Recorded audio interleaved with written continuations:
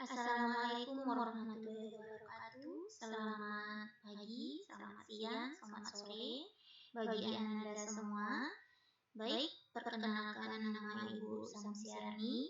Anda bisa atau akan sering mendengar orang-orang memanggil Ibu Eci. Jadi jangan heran nanti kalau di prodi Ibu lebih terkenal dengan nama Ibu Eci ya. Selamat bergabung di mata kuliah Ibu pada mata kuliah folklor pada semester ini. Anda adalah orang-orang pilihan yang pada tahun ini dipercaya dan diamanahkan oleh keluarga, oleh takdir untuk bergabung di STKI PPGRI Sumatera Barat. Ibu tidak bosan-bosannya dengan berbangga hati, dengan senang hati menerima Anda di STKI PPGRI Sumatera Barat, khususnya Prodi Pendidikan Bahasa dan Sastra Indonesia, dan teristimewa bagi yang bergabung di kelas Ibu pada mata kuliah folklor semester ini.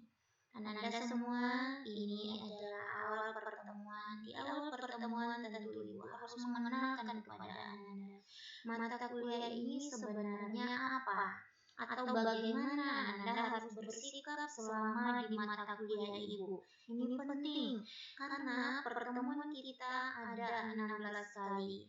Dalam 16 kali pertemuan itu tentu ada rule atau rambu-rambu yang harus Anda taati jika Anda tergabung di kelas Ibu.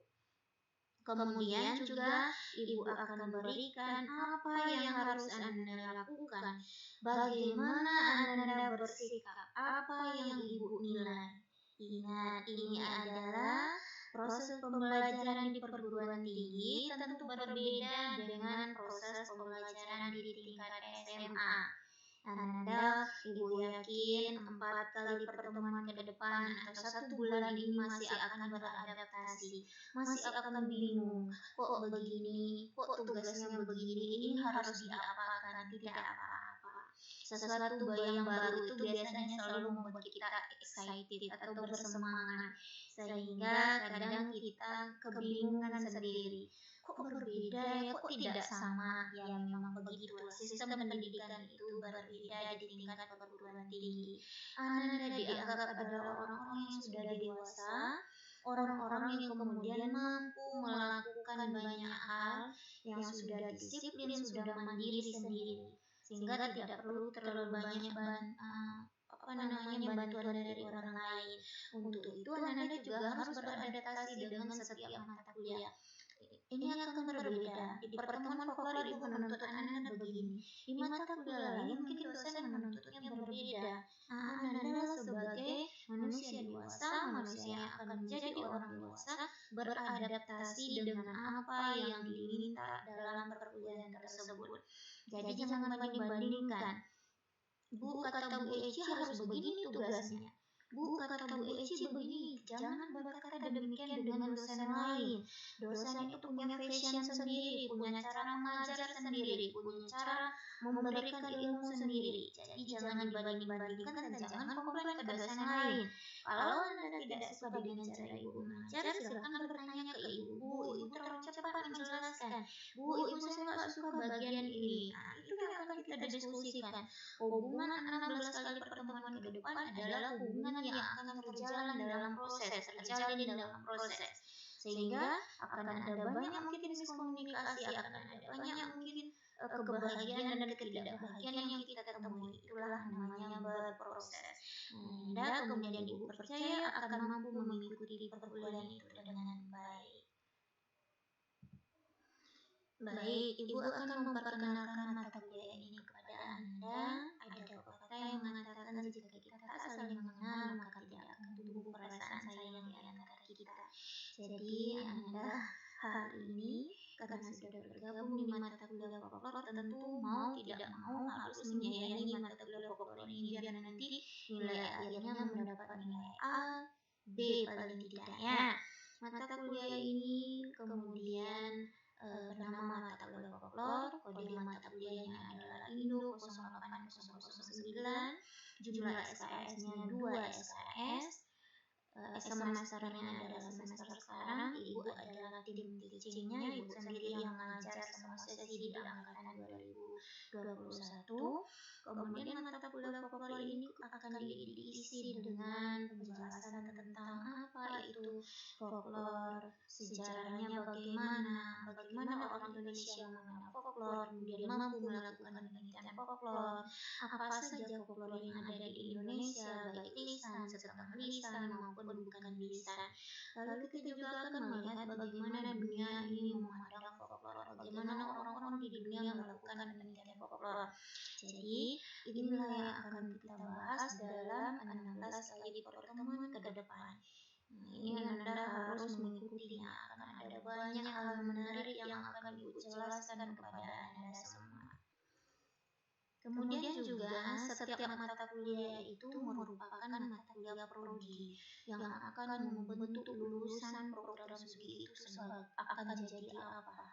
Ini adalah contoh capaian lulusan prodi pendidikan bahasa Indonesia untuk jadi sarjana pendidikan yang paripurna, yang hebat, yang profesional. Ada 4 hal yang dituntut kepada Anda. Yang pertama adalah sikap. Untuk detailnya silakan lihat di RPS, Ibu akan jelaskan secara umum saja. Jadi untuk jadi sarjana pendidikan yang akan Anda tempuh dalam 4 tahun ke depan itu, Anda harus punya sikap yang baik. Apa saja sikapnya? Tentu religius, bekerja sama dengan baik, disiplin, mampu mengerjakan tugas dan tanggung jawab dengan baik. Kemudian apalagi yang harus dibekali kepada Anda untuk jadi sarjana pendidikan? Itu pengetahuan. Anda akan diisi oleh banyak pengetahuan dan itu memang akan jauh berbeda dengan SMA. Mungkin masih akan terkaget-kaget. Bu, kok mata kuliahnya aneh-aneh ya Bu? Ini folklore apa pula? Folklore ini tidak pernah saya dengar Bu. Itu bedanya perkuliahan dan di bangku SMA. Kalau di bangku SMA se-Indonesia ini sama mata kuliahnya, kalau jurusan IPS sama. Lalu di bangku perkuliahan nanti akan ada penjurusan, akan ada kemudian ciri khas mata kuliah per universitas per program studi. Nah, jadi pengetahuannya akan beda-beda. Anda kuliah di STKIP khususnya bahasa Indonesia, Anda akan diminta atau diberi pengetahuan seperti ini. Kemudian juga ada keterampilan umum. Keterampilan umum ini apa Bu? Keterampilan umum adalah keterampilan yang mampu Anda kuasai selama kuliah di program studi ini. Apa saja dia? Mungkin menilai siswa, mengerti tentang literasi, kemudian mengerti tentang karya sastra, bahasa, dan lain-lain. Keterampilan khususnya apa Bu? Anda mampu melakukan penelitian baik nanti skripsinya atau tugas mata kuliah. Itu adalah keterampilan khusus. Jadi ada 4 hal yang dibebankan kepada Anda untuk menjadi sarjana pendidikan yang profesional. Jadi tadi adalah capaian yang harus Anda miliki untuk menjadi sarjana pendidikan dan lulus nanti menjadi sarjana dari program studi pendidikan bahasa dan sastra Indonesia. Ini adalah capaian mata kuliah. Capaian mata kuliah itu setelah nanti 16 kali pertemuan dengan Ibu, Anda bisa apa? Apa yang kemudian Ibu bekali Anda selama 16 kali pertemuan ini? Tentu yang pertama Ibu akan menjelaskan. Jadi begitu pertemuan ke-16 atau pas ujian atau ketika ada orang bertanya setelah Anda lulus dari mata kuliah ini, Anda mampu menjelaskan folklore itu apa, jenisnya apa, sejarah awalnya apa, kemudian melakukan penelitiannya bagaimana, apa saja yang harus kita pertimbangkan. Jadi jangan sampai bertemu dengan Ibu ketika nanti sudah ada di semester 2 Ibu tanya, folklore itu apa Anda lupa, berarti Ibu gagal mengajar Anda di mata kuliah folklore. Padahal sudah Ibu gariskan ini. Capaian mata kuliahnya seperti ini, semuanya harus bisa, semua harus mengerti, semua juga harus mampu mengerjakan semua mata kuliah ini. Ternyata Anda tidak ingat lagi, jadi harus diulang-ulangnya. Oke, untuk membuat Anda mencapai capaian mata kuliah yang Ibu tuliskan tadi itu atau yang Ibu harapkan itu, ada beberapa media pembelajaran yang akan Ibu berikan ke Anda sehingga Anda menjadi bisa. Karena kita masih daring, tentu Ibu akan menggunakan platform-platform daring. Kalau luring tentu kita akan lebih banyak physically bertemu dan cara mengerjakan tugasnya tentu juga akan berbeda. Jadi kalau daring ini tentu Ibu akan membekali Anda dengan poin-poin yang akan Ibu tampilkan di YouTube. Jadi Anda bisa mendengarkan penjelasan Ibu, bisa paham dengan apa yang akan kita bahas di minggu tersebut. Ada e-book juga yang akan Ibu sediakan. Yang paling penting platform utama di kelas ini adalah YouTube. Ibu akan memberi media pembelajaran YouTube. Kenapa YouTube Ibu pilih? YouTube adalah salah satu bentuk pembelajaran asinkronus, jadi tidak harus di jam Ibu saja Anda bisa akses kembali. Kalau Zoom tentu hanya pas jam Ibu buka Zoom itu baru Anda bisa mengakses mata kuliah Ibu. Jadi karena kendala sinyal, karena fasilitas kita yang berbeda, mungkin pas Ibu adakan Zoom Anda tak punya kuota, kemudian handphonenya juga hang pada saat itu, kemudian tak ada pulsa, Anda bisa mengakses pembelajaran itu selama-lamanya atau 24 jam sampai setiap minggu, setiap hari itu masih available atau masih tersedia di YouTube Ibu. Inilah keunggulan media YouTube. Ada kalau Anda melihat ada setiap tahun itu Ibu selalu upgrade. Kemarin sebenarnya sudah ada juga materi favorit di sana, tapi itu sangat panjang-panjang dan makanya kalau mahasiswa mereka tak sanggup menonton sepanjang itu. Jadi Ibu akan bikin versi pendek-pendek. Ada nanti pengenalan, ada materi dan lain-lain. Jadi silakan dicek. Anda boleh berselancar di YouTube Ibu. Tentu jangan lupa subscribe ya, biar YouTube Ibu selalu berkembang dan mampu memberi Anda ilmu baru. Kemudian e-learning. E-learning juga penting akan menjadi platform utama juga selain YouTube. Karena di e-learning Ibu bisa mengecek bagaimana Anda, keaktifan Anda, kemudian tugas-tugas Anda, kuis Anda, itu adanya di e-learning. Ini adalah rincian kegiatan mingguan mata kuliah populer. Ini juga sudah ada di RPS. Ini sengaja Ibu rekap biar kemudian Anda gampang memahaminya. Tapi akan lebih baik Anda cek di RPS karena di sana rinciannya jelas. Ada pertemuan itu tuntutannya apa, kemudian Anda mengerjakan apa saja bahan bacaannya juga ada di sana. Jadi ini ada 16 kali pertemuan, silakan Anda cek, Anda lihat mulai dari hakikat sampai nanti kita melakukan pendidikan populer itu sendiri. Ini juga yang harus Ibu pesankan kepada Anda, jangan seperti SMA. Ketika pertemuan ke-16 kita akan mengumpulkan tugas akhir, Anda bilang, Bu saya nggak tahu, Bu ada yang ngasih tahu. Anda sudah dewasa, Anda punya perangkat pembelajaran, tentu tidak sama dengan SMA. Harus diingatkan besok ada PR ya, besok ada tugas di rumah, besok ada tugas kelompok. Tidak, di RPS itu panduannya sudah sangat jelas. Jadi jangan berharap teman-teman saya ini jahat, Bu, ada satupun yang ngasih tugas sehingga tugas saya dengan Ibu banyak yang bolong. Jangan, Ibu akan sangat marah jika Anda berpikiran seperti itu. Anda adalah manusia yang sudah dewasa. Kalau manusia dewasa bertanggung jawab pada diri sendiri, tidak perlu mengharapkan bantuan dari orang lain. Jadi silakan cek rinciannya, ada 16 tugas di sana. Anda akan dapat, mungkin terlalu kecil tulisannya di layar ini, tapi silakan dicek di RPS kita untuk lebih jelasnya. Ini adalah hal yang juga sangat penting Ibu harus jelaskan kepada Anda. Ada namanya norma akademik. Norma akademik itu apa ya Bu? Norma akademik adalah peraturan yang harus Anda ikuti selama bergabung di kelas Ibu. Jadi kalau akademik tentu berhubungan dengan sistem pembelajaran. Yang pertama, setiap Anda kuliah dengan Ibu, Anda harus wajib mengambil data hadir di e-learning ini untuk kontrol Ibu bahwa Anda benar-benar berproses ya.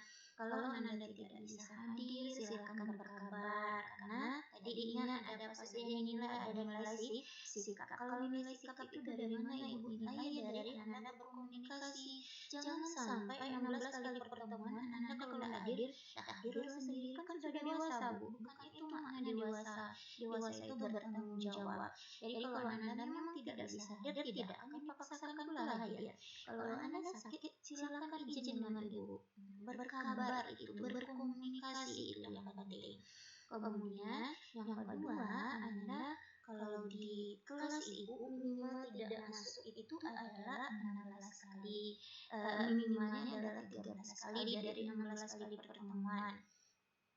Karena ibu tentu akan menilai yang berproses dengan baik, akan lebih tinggi nilainya. Tidak boleh Anda hanya masuk 8 kali, kemudian menuntut nilai A pula kepada ibu. Tidak bisa. Ibu sudah gariskan di nama akademik yang berhak dapat nilai A adalah orang-orang yang berproses dengan ibu minimal 13 kali. 3 kali tidak hadirnya itu pun dengan alasan yang jelas, alasan yang bisa ibu terima, alasan yang kemudian memang bisa dimaklumi. Kemudian yang ketiga, Anda diwajibkan atau diharuskan mengumpulkan tugas tepat pada waktu. Tugasnya apa saja, Bu? Yang paling penting dengan ibu ada kuis. Kuis itu nggak dikerjakan langsung begitu mata kuliah selesai. Kalau Anda mau selesai semua kewajibannya boleh dikerjakan. Tapi ibu kasih waktu setiap pertemuan itu 1 minggu. Jadi boleh tengah malam pas terbangun menonton drakor, kerjakan dulu besok upload. Tidak lulus hari ini Bu, karena kita targetkan kan minimal kelulusan itu 7,5. Jadi harus 7,5 nilai Anda 2 atau 80 dulu nilainya baru lulus mata kuliah itu. Boleh diulang, boleh tidak berbatas waktunya mengulang-ulang. Jadi sampai lulus 1 minggu itu silakan kerjakan berulang-ulang sampai nilainya 80. Kemudian mahasiswa ini juga yang paling penting untuk penilaian sikap. Ketika Anda Zoom, mungkin akan ada beberapa pertemuan yang ibu berharap Anda hadir di Zoom. Pertemuan pertama itu wajib hadir di Zoom karena ibu ingin berkenalan dengan Anda. Ibu akan sapa satu persatu. Setelah itu nanti baru kita akan mencek ini perlu pakai Zoom tidak pertemuannya. Tergantung juga Anda nanti. Ini akan kita rancang sambil berjalan. Kemudian yang paling terakhir yang paling tidak ibu suka di mata kuliah adalah mata kuliah yang mahasiswa yang menciplak habis copy paste dari teman maupun dari internet. Itu biasanya tidak ibu kasih nilai karena di laptop ibu ini cukup canggih ya, karena ibu nggak mau kalah saing dengan Anda. Jadi laptop ibu cukup canggih. Kalau Anda plagiat, tugas Anda itu langsung merah semua di mataku. Dan Anda plagiat dari temannya atau Anda plagiat dari internet. Jadi hati-hati. Tugas harus dikumpulkan tepat waktu. Bagi yang tidak tepat waktu tentu akan ada pengurangan nilai. Jadi ini norma akademik yang akan kita lakukan selama pembelajaran daring. Kalau nanti pandemi berakhir, kemudian kita juga sudah tatap muka, ibu akan memperbaharui norma akademiknya ya. Ini juga adalah hal yang paling penting ibu kemudian berikan penjelasan kepada Anda tentang penilaian. Anda ingat, Anda kan tidak SMA lagi. Kalau tidak SMA lagi, sistem penilaiannya berbeda dengan SMA. Kalau di SMA Anda nanti ada nilai 80 dan lain-lain. Di kuliah nilai Anda nanti ada A, B, C, D, E. Yang paling buruk tentu E. Yang paling bagus adalah A. Ketika Anda masuk mata kuliah akan ada nilai-nilai yang berbeda. Kalau mata kuliah ibu, bagi ibu sikap dan tata nilai itu yang pertama. Jadi harus sopan, harus pandai berkomunikasi, harus santun itu wajib bagi ibu. Mau Anda dapat UTS 100, mau dapat UAS 100, kalau sikapnya tidak bagus ibu tidak segan-segan ngasih nilai D atau E. Karena itu yang penting, karena kuliah itu sebenarnya kita memuliai semuanya, sikap kita, pribadi kita, dan juga pengetahuan kita.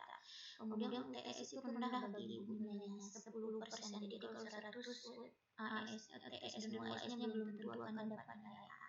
Kemudian yang paling tinggi itu adalah keterampilan khusus. Dari mana Bu? Bisa dari review artikel, dari makalah, kemudian khusus itu ada dari presentasi, partisipasi, latihan, dan tugas akhir. Kemudian juga ada nanti nilainya kuis. Kuis ini akan beda di setiap pertemuan. Kenapa Bu? Ibu kok memberatkan kami Bu? Tidak, kuis itu seperti bermain-main. Anda isi semampunya, kalau ulang lagi sampai seterusnya. Ibu kenapa kasih kuis untuk pemahaman? Jadi sehingga Anda mau ulang-ulang kembali tidak hanya sekedar ya sudah Ibu sudah jelaskan selesai, tidak, Ibu mau di rumah Tuhan Anda kembali mengingat apa yang sudah Ibu jelaskan. Oke, demikian saja rasa Ibu penjelasan tentang pengenalan RPS, kemudian bagaimana kita akan melakukan tindakan selama di kelas dalam 16 kali pertemuan ke depan. Baik, itu saja. Sekali lagi selamat bergabung di kelas Ibu. Sampai berjumpa di luring. Kalau memang kita akan bertemu secara luring, berdoa banyak-banyak, pandemi ini akan segera berakhir.